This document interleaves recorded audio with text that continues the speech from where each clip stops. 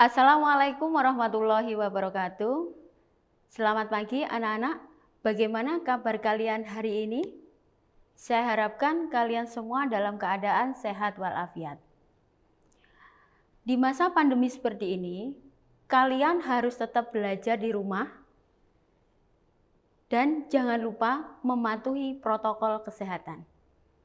Anak-anak, pagi ini kita akan belajar bersama tentang sifat keperiodikan unsur. Adapun kompetensi dasar dalam pembelajaran kali ini adalah menganalisis kemiripan sifat unsur dalam golongan dan keperiodikannya. Yang kedua, menyajikan hasil analisis data unsur dalam kaitannya dengan kemiripan dan sifat keperiodikan unsur. Setelah kalian mempelajari materi ini, diharapkan kalian nanti dapat mengklasifikasikan unsur ke dalam unsur logam, non-logam, dan metaloid. Yang kedua, menentukan hubungan antara nomor atom dengan sifat keperiodikan unsur, meliputi jari-jari atom, energi ionisasi, afinitas elektron, dan keelektronegatifan. Yang ketiga, membandingkan besaran nilai jari-jari atom, energi ionisasi, afinitas elektron unsur satu dengan unsur yang lain berdasarkan nomor atomnya dan letaknya dalam sistem periodik unsur. Pada pertemuan yang lalu, kita sudah mempelajari perkembangan sistem periodik dan menentukan letak unsur dalam sistem periodik. Dalam sistem periodik modern yang dikeluarkan oleh Moseley, di sini unsur disusun berdasarkan kenaikan nomor atom dan persamaan sifat. Unsur-unsur dalam satu periode dari kiri ke kanan dalam satu baris disusun berdasarkan kenaikan nomor atom, sedangkan unsur-unsur dalam satu golongan yang disusun dari atas ke bawah secara vertikal disusun berdasarkan kemiripan sifat. Nah, dalam sistem periodik modern ini ada dua golongan. Yang pertama adalah golongan A yang disebut juga dengan golongan utama, yaitu unsur golongan 1A sampai dengan unsur golongan 8A. Kemudian golongan yang kedua adalah golongan B atau disebut juga dengan golongan transisi. Golongan transisi terletak di golongan 3B sampai dengan golongan 2B.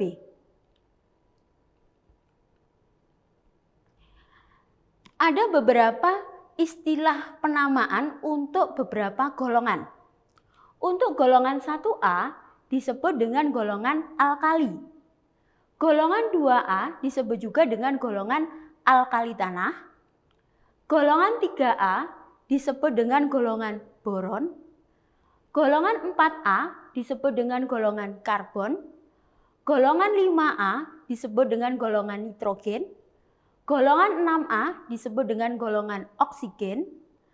Golongan 7A disebut dengan golongan halogen.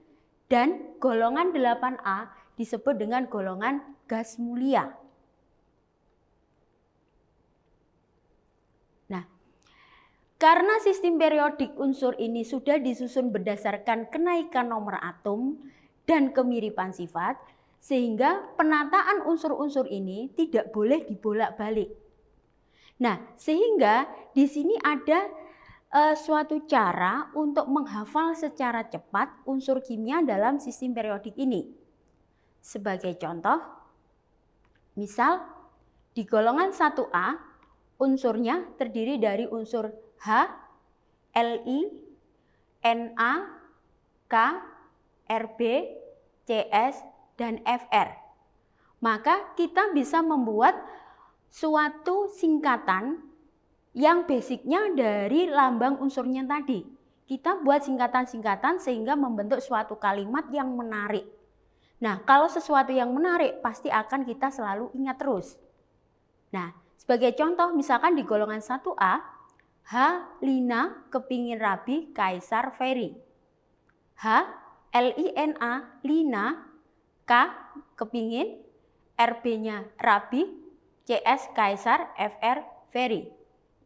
Golongan 2A terdiri dari unsur BE, Mg, Ca, Sr, Ba, dan Ra. Maka bisa kita buat singkatan bebek mangan cacing seret banget rasane. BE-nya itu bebek, Mg mangan, Ca cacing, Sr seret, Ba banget, Ra rasane. Nah, itu salah satu contoh untuk memudahkan kita menghafal unsur-unsur dalam sistem periodik. Nah, kalian bisa membuat kreativitas sendiri dengan membuat singkatan-singkatan menurut seleramu sendiri, ya. Semenarik mungkin supaya kita memudahkan untuk mengingat letak unsur dalam sistem periodik.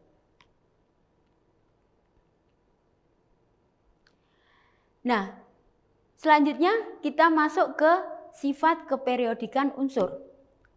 Sifat keperiodikan unsur adalah sifat-sifat yang berhubungan dengan letak unsur dalam sistem periodik.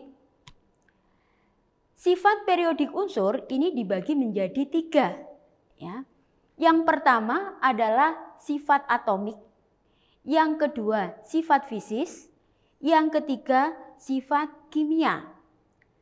Nah, untuk pembelajaran materi kelas 10 yang kita bahas nanti hanya di sifat atomik dan sifat fisis. Sedangkan untuk sifat kimia itu akan kita pelajari nanti di kelas 12 di kimia unsur.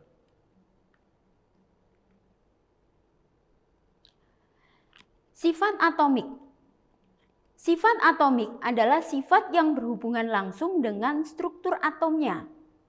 Nah, sifat ini meliputi jari-jari atom, energi ionisasi, afinitas elektron, dan elektronegativitas. Sifat fisis. Sifat fisis adalah sifat yang tidak hanya ditentukan oleh struktur atomnya, tetapi juga ditentukan oleh bagaimana atom-atom unsur itu saling terikat. Nah, sifat fisis ini meliputi kerapatan, titik leleh, titik didih, daya hantar listrik, dan daya hantar panas. Nah, sekarang kita mulai dari sifat atomik yang pertama, yaitu jari-jari atom. Jari-jari atom adalah jarak antara inti hingga kulit elektron terluar. Besar kecilnya jari-jari atom ini ditentukan oleh 2 faktor, ya, yaitu jumlah kulit dan muatan inti. Untuk unsur-unsur yang segolongan, semakin banyak kulit atom, maka jari-jari atomnya akan semakin besar. Untuk unsur-unsur yang seperiode, semakin banyak muatan inti, maka semakin kuat gaya tarik inti terhadap elektron, sehingga semakin kecil jari-jarinya. Jadi kalau digambar di sini, ini saya gambarkan tanda panah ke bawah itu menunjukkan dia satu golongan, ya. Berarti kecenderungannya jari-jari atomnya akan semakin bertambah. Kemudian untuk seperiode saya gambarkan dengan panah ke kanan, ya, panah ke kanan, maka kecenderungan untuk jari-jari atomnya adalah semakin kecil. Sifat periodik unsur yang kedua adalah energi ionisasi. Energi ionisasi adalah energi yang diperlukan untuk melepaskan elektron yang terikat paling lemah oleh suatu atom atau ion dalam wujud gas. Dalam satu golongan dari atas ke bawah, energi ionisasi akan semakin kecil. Dalam satu periode dari kiri ke kanan, energi ionisasi akan semakin bertambah. Besar kecilnya energi ionisasi tergantung pada besarnya gaya tarik inti terhadap elektron kulit terluar, yaitu elektron yang akan dilepaskan.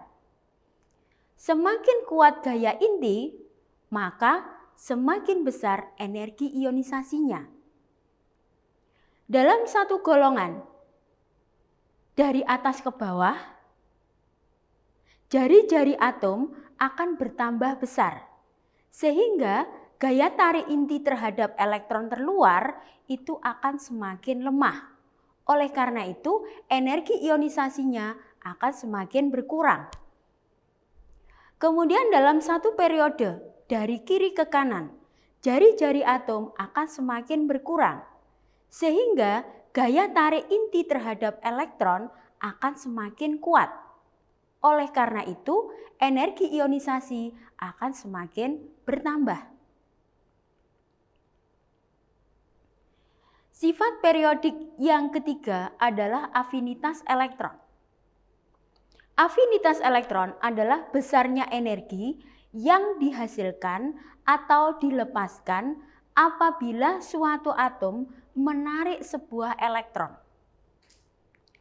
Dalam satu golongan dari atas ke bawah, afinitas elektron akan cenderung berkurang. Dalam satu periode dari kiri ke kanan, afinitas elektron akan cenderung bertambah. Kecuali untuk unsur alkali dan gas mulia mempunyai afinitas elektron yang bertanda negatif.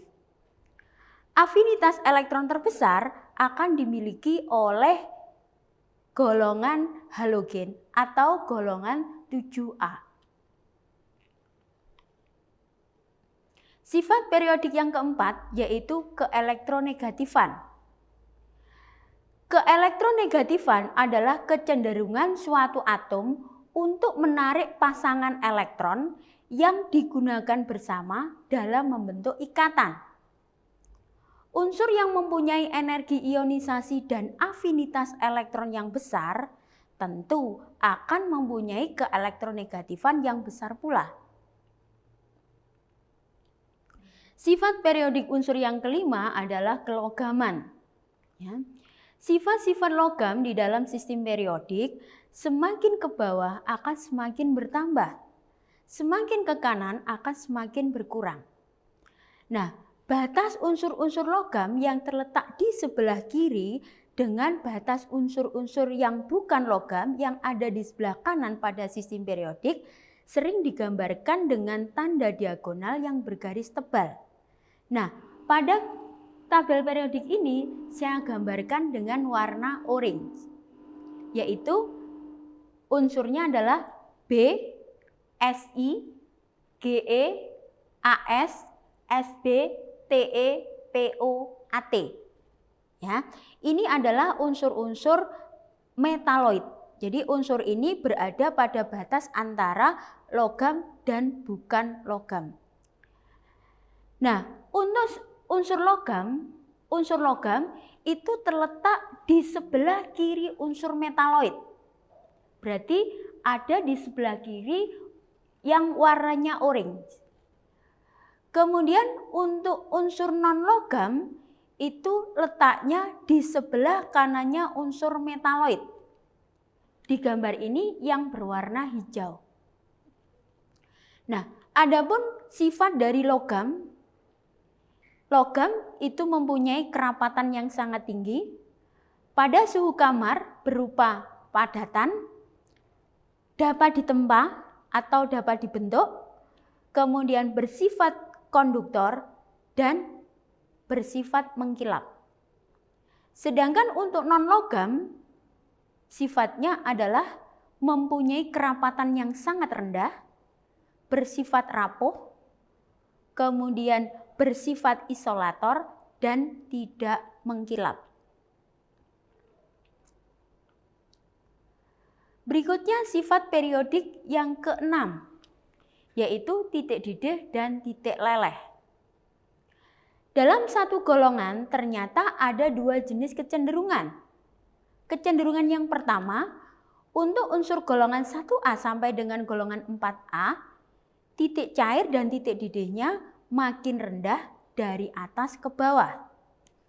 Kemudian untuk unsur-unsur golongan 5A sampai dengan golongan 8A, titik cair dan titik didihnya akan semakin tinggi. Nah, dalam satu periode, titik cair dan titik didih akan naik dari kiri ke kanan sampai pada golongan 4A. Kemudian selanjutnya akan turun secara drastis. Titik cair dan titik didih terendah akan dimiliki oleh unsur golongan 8A atau gas mulia. Nah, berikut ini adalah contoh soal terkait dengan sifat keperiodikan unsur. Perhatikan tabel berikut. Diketahui unsur P, Q, R, di mana nomor atom unsur P adalah 11, Q 15, dan R 17.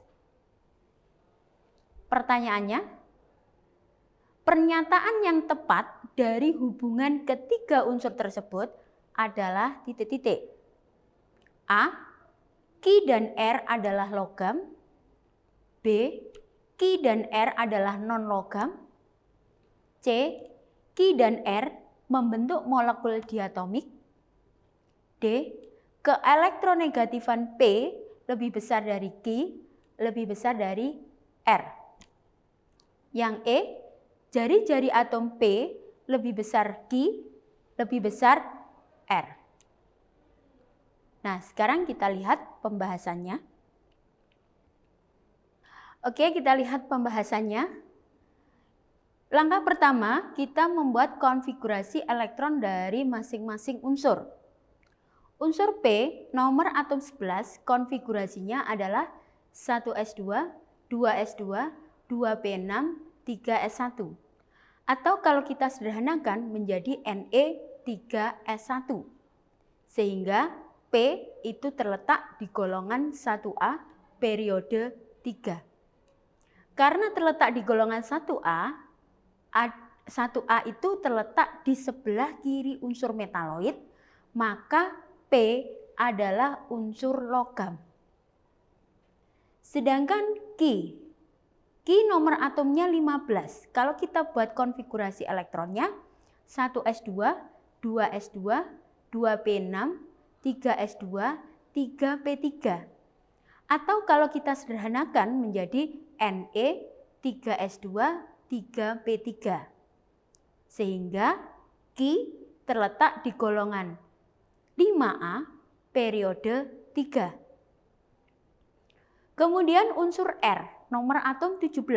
Kalau kita buat konfigurasi elektron adalah 1s2, 2s2, 2p6, 3s2, 3p5. Kalau kita sederhanakan menjadi Ne3s2, 3p5. Jadi R ini terletak di golongan 7A periode 3. Nah, untuk R ada di golongan 7A, maka letaknya ada di sebelah kanannya unsur metaloid. Sehingga R itu terletak sebagai unsur non-logam. Jadi dari sini bisa kita simpulkan bahwa P ini adalah unsur logam, kemudian Q dan R adalah unsur non-logam. Kemudian R itu membentuk molekul diatomik karena dia berada di golongan 7A. Dalam satu periode dari kiri ke kanan, jari-jari atom akan semakin kecil. Sehingga jari-jari atom P itu lebih besar dibandingkan dengan jari-jari Q, lebih besar dibandingkan dengan jari-jarinya R. Dalam satu periode dari kiri ke kanan, keelektronegatifan elektron akan semakin besar. Sehingga elektronegativitasnya untuk P itu lebih kecil dari Q, lebih kecil dari R. Sehingga dari soal tadi, jawaban yang benar adalah yang E.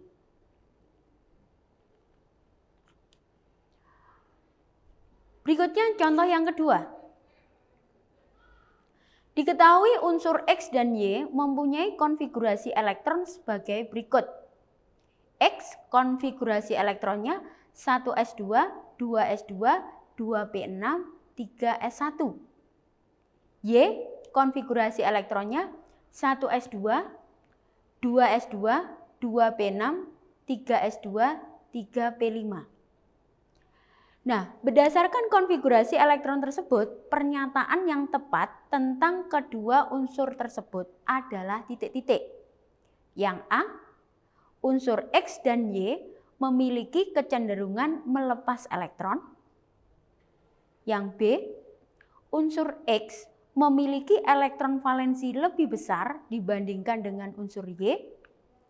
C, keelektronegatifan unsur X lebih besar dari unsur Y. Yang D, unsur Y memiliki energi ionisasi yang lebih besar dari unsur X. Dan yang E adalah jari-jari atom unsur Y lebih besar dari unsur X. Nah, sekarang kita lihat pembahasannya. Dari konfigurasi elektron yang tertera pada soal tadi, maka unsur X itu terletak pada golongan 1A periode 3. Sedangkan unsur Y terletak di golongan 7A periode 3. Sehingga dari data ini, unsur X itu cenderung melepaskan satu elektron untuk membentuk ion X+. Sedangkan unsur Y cenderung menangkap satu elektron untuk membentuk ion Y-. Jadi pernyataan yang tepat adalah jari-jari atom X itu lebih besar dibandingkan dengan jari-jari atom Y. Yang kedua, energi ionisasi dan elektronegativitas unsur Y lebih besar dibandingkan dengan unsur X. Jadi dari soal tadi, jawaban yang paling tepat adalah yang D. Oke, untuk pembelajaran kita kali ini, saya kira sudah cukup. Saya harapkan kalian semua mengerti dan memahami materi yang saya sampaikan tadi. Oke, tetap semangat belajar, jaga kesehatan, jangan lupa tetap patuhi protokol kesehatan. Wassalamualaikum warahmatullahi wabarakatuh.